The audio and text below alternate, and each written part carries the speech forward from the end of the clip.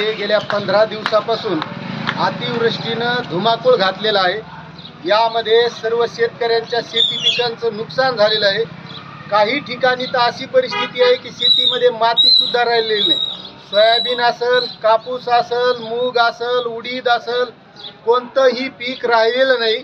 त्यामुळं जे काही शेतकऱ्यांचं नुकसान झालेलं आहे, या नुकसानीचं निवेदन देण्यासाठी आज आम्ही शेतकरी मंठा तालुक्यातील तहसील कार्यालयात आलेलो आहोत। आणि आता जे शेतकऱ्यांचं नुकसान झाले यामध्ये महत्त्वाचा मुद्दा असा आहे की अतिवृष्टीची जी पहिली भरपाई होती 13,500 रुपये, ती या सरकारनं 8,500 वर आणून ठेवलेली आहे।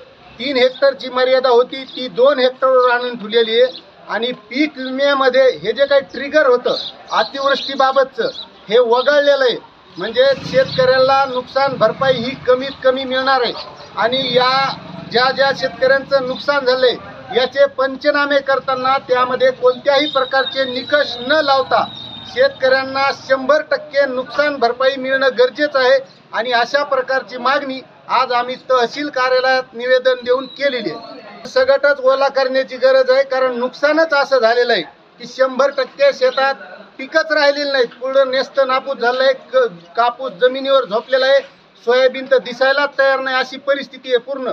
आणि महत्त्वाचं, पंचनामे करताना हे अधिकारी फक्त रोडच्या कडीची जमीन घेतात। वघळी, वढे, नाले याच्याकडे जाऊन त्यानं पंचनामे करणे गरजेचं आहे।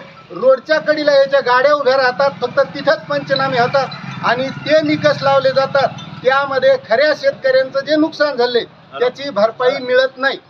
त्यामुळे पूर्ण 100% नुकसान भरपाई आणि ओला दुष्काळ जाहीर करावा अशी आम्ही इथं मागणी केलेली।